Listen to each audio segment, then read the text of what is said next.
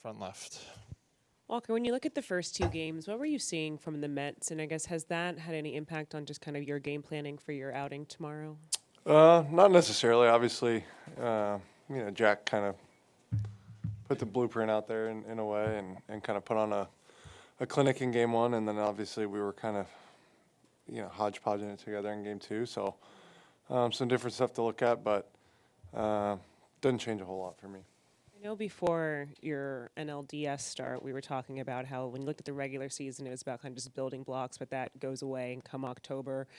What is just kind of the approach for you going into this start? And do you feel like you have just personally kind of reached another level as to where you like to be, especially in October? Yeah, I mean, hard to say yes to that question, coming off 6 earned runs, but I feel good. I feel confident. So, I think that's probably was one of my biggest strengths for a long time was my confidence, I guess. And, at times this year that's kind of wavered somewhat. And, the past 6 or 8, I've kind of felt like had been building blocks of some kind and, hoping to keep that going. A few more for Walker. Go to Dylan, second row. Walker, when you talk about like your confidence wavering and stuff, and right during the regular season there were periods where the results just kind of didn't come. Like, where would you go to, I guess, like mentally, to kind of convince yourself, this is still in there, I can do this? Yeah, I mean, there's not a whole lot of easy ways to kind of sum that up or answer that question. I guess I think the biggest thing is just, at some point the health was kind of part of it, and my hip didn't help. And I think for me, kind of honestly going away for a few weeks and coming back, I think things have started trending a little bit different then. And then I threw a bullpen in St. Louis that kind of started getting everything really rolling. And, not that I've been setting the world on fire since then, but at least my body feels like it's in the right position a lot of the time and kind of have an idea of where the ball's headed. So, kind of credit Mark and Connor and Jack was a part of that bullpen as well. So, that was a big day for me and kind of, if I had to pick one thing, that day was probably it.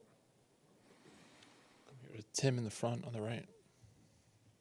Luis Severino, who will pitch tomorrow as well, similar to you, was excellent when he first came up, had Tommy John, dealt with some other injuries, had a rough year last year before free agency, and this year seems to have really rebounded. I'm wondering if you have looked at his arc or career or no? We carry fourth row all the way on the left. Walker, how much of a charge do you get pitching National League Championship Series, New York City?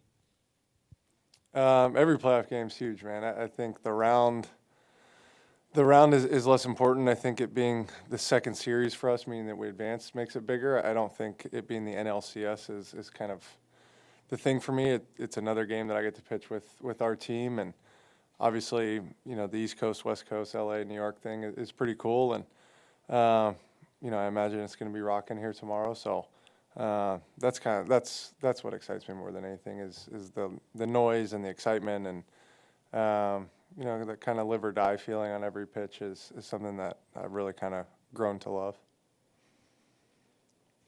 Come up here in the front on the right side. I see you wearing the kneecap and long sleeve. And tomorrow it's 8 o'clock start and it's 50-ish degree. How the temperature may affect your warm-up and preparation? I love pitching in the cold, personally. I don't know why or how. When I was in college, we ended up, I think I had 10 starts. The first 10 starts, I had 6 that were under 30 degrees one year. So definitely something that I've kind of been used to or used to be used to, I guess. Pitching in LA makes it a little bit difficult. But the cold is something that I've always kind of liked. Go to Jack on the fourth row on the left. A lot of guys talked about the 3 innings you had after the second inning last week and how important that was just in the overall kind of arc of the series. To you, like, especially to the confidence point, like how much did those 3 innings mean and just kind of how you felt in the last week since then, leading up to this one? Yeah, I mean, if you look at my year, I've had a lot of struggles just having kind of clean innings, and obviously that second inning was a little squirrely, but I had 4 pretty clean ones outside of that. So, yeah, it definitely helps mentally. But at the end of the day, I got to go pitch good tomorrow, no matter what 3 innings I limped at the end of the game the other day. Go to Sierra all the way on the left in the back. You talked about how you thrive in these rowdy type of atmospheres. Is that something that you've grown to love, or have you always been like that? I don't know if thrive is the right word. Obviously, I've given up some big homers over the years, but I certainly enjoy it, and I know our team likes playing in environments like that, and it just makes the game a little bit different and a little bit more fun. So I'm looking forward to it. Dave said that he really trusts you on the road as well. How much do you like that he has that confidence in you? You know, we talked about it before my last start, the big game thing or pitching in kind of moments like this or on the road or whatever you want to call it, I think is, for me, the most important thing about being a teammate or a starting pitcher is that your team trusts you in tough spots. And you know, it's humbling and a really big compliment for me to hear that from some of the guys. Yeah, last one's for Walker. Go to Mike in the back row.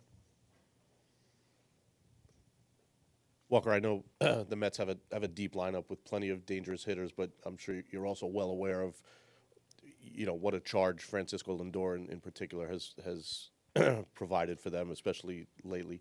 How do you balance, you know, the importance of that first at bat of the game against him, and you know, other at bats, key situations with him, or leading off an inning, versus, you know, not spending, I guess, too much emphasis on that? Knowing that you need to get through an entire lineup and not get so wrapped up in getting one particular hitter out to slow them down. Yeah, I mean, I wouldn't say I'm too wrapped up in anybody particularly. Obviously, the first out of the game's a big out, and every out after that is kind of equally as important. So we saw we've seen the momentum in the playoffs, and scoring first is obviously a huge thing, and we'll do our best to make sure we score first. All right, thanks, Walker. Appreciate the time.